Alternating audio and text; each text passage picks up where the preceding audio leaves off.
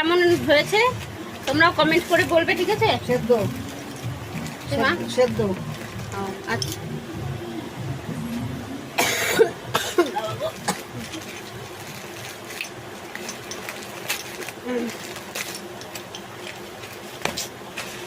খোলাই যায় না, এমন ভাবে প্যাকিং করে মানে কাঁচি ছাড়া খোলা যায় না। তো কাঁচি এখন আমার ঘরের কাছে নেই, তো ভাবলাম দেখি এইভাবেই খুলি।